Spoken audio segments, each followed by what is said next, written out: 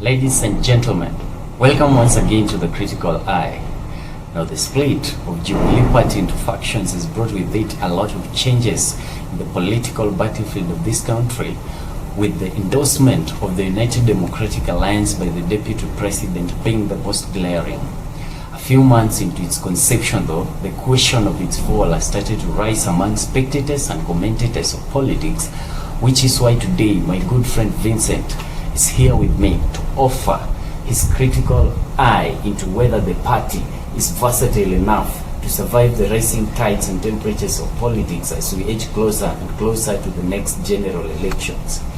Now, it's not a coincidence that Vincent is my very first guest on the show, because his commentary is always so articulate, and therefore this is one of those conversations that require you to take a sip of your ice-cold power play energy drink to get you just the right energy to sail you through, lest you miss the most important details of this piece. Now, take your sip and see you on the next side of the break, because today I talk to the real Sirikal.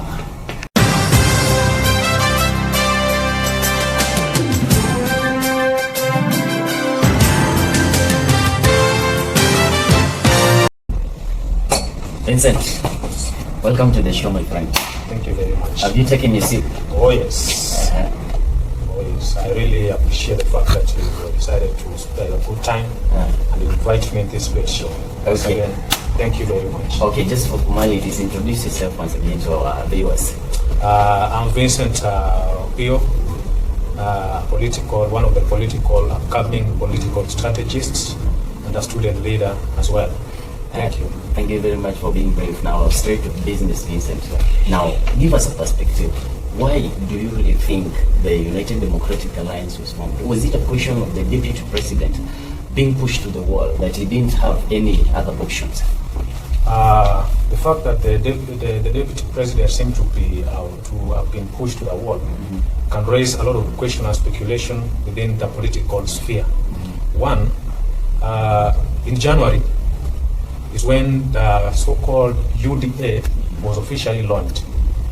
And Ruto, who is the Deputy President, could have been one of the forces that was behind its formation, by the virtue that he attended its official launching. This party, we've seen it bringing up the candidates in Msambweni, though Msambweni was an independent candidate, but the Deputy President gave him that much support. And in fact, he did that because he was very much annoyed with what the Jubilee Party did by not putting a candidate in the by-election in Msambweni. So according to you, he was the force behind the formation of UDA? Yeah, very, very, very much. Okay, thank you very much, Vincent. You did that was articulate. Now, tell us, should the other parties be worried? Is United Democratic Alliance a threat to other parties? UDA must be a threat to other parties. Okay. The other time, I heard when the Deputy President was being interrogated in Citizen Radio, and he said that he has looked at the various political parties. The Amani coalition, which is led, the party leader is Musalia Mudavadi. The Ford Kenya, whose party leader is Moses Wetangula. The Wiper, whose party leader is Kalonzo Musyoka, and the KANU, which is the KANU party, which is currently led with Gideon Moi. He said he baptized them with this funny name as a Serelak coalition. The fact that these people, they have been chest thumping all over, claiming that they want to form the government. In fact, he described the owners of this party as he described this party as village parties, that they were only meant to mobilize their own people. For example, in Wiper, he took it as a Kamba tool, a Kamba political tool, Amani as a Western tool, KANU, partly the Rift Valley political party.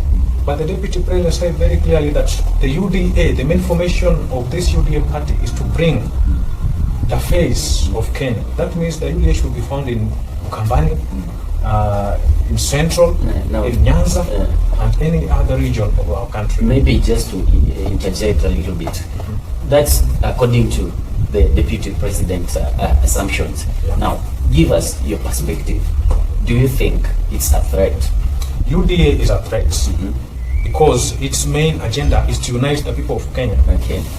And the deputy president said, I want to reiterate this, he said that you can only compare this political movement or party with ODM, which are the face of this country.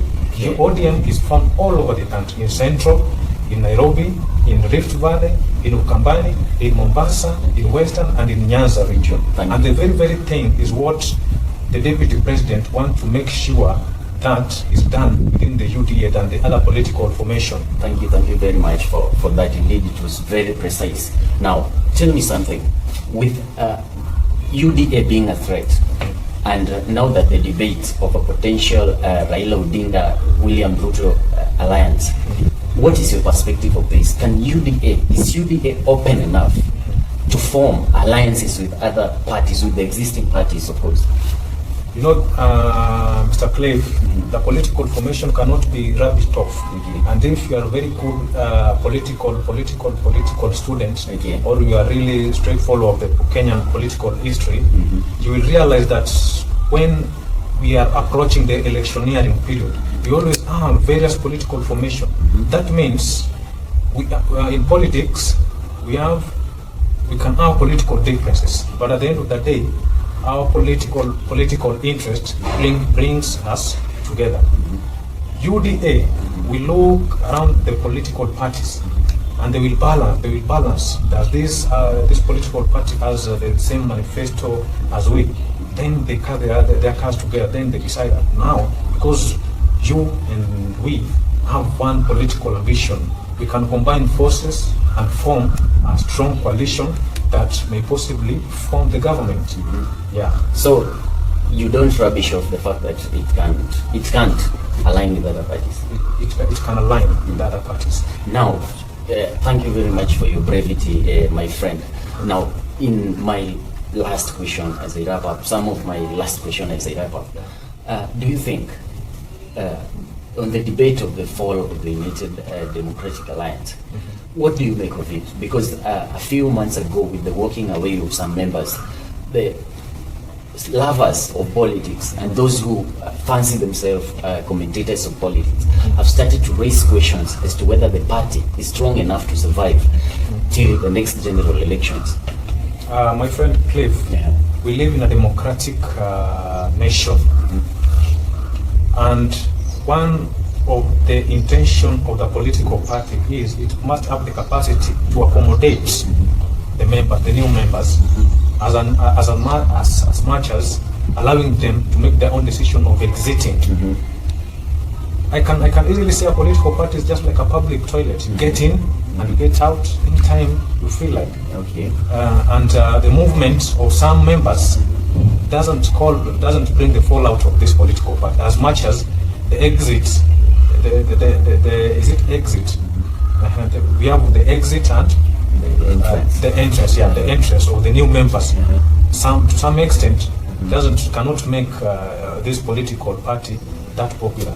But when we have the diehards, those who have accepted and given themselves fully to this political party, then it cannot easily be brought down. So your general opinion is that the party is already strong enough and it will survive the times. In fact, to cut you short, there are some people who have just come to UDA to shop. They didn't have the good intention to making this political party strong. They just came to milk some few commodity or to get some money. So it's after which, when they feel that they are fed down, so it's okay when they walk away. It's not a problem. It's their political right. Oh, it's not a problem. It's their political right. As they go, others will come who have this party at heart. Okay. As we wrap up, Vincent, what can you tell to the diehards and loyalists of the United Democratic Alliance? Give them something like a parting shot. UDA is like about the baby that has been newly born. You have to follow the due process, feed him well, give him the much protection, and the baby will grow and achieve its dream. Love your party, and I think at the end of the day, you will have something good that will make you be one of the proud member of the very party. I think that's right, man. Thank you very much, Vincent, for your articulate commentary. Now, indeed, you defied all the odds and ignored the fact that this is just a young show.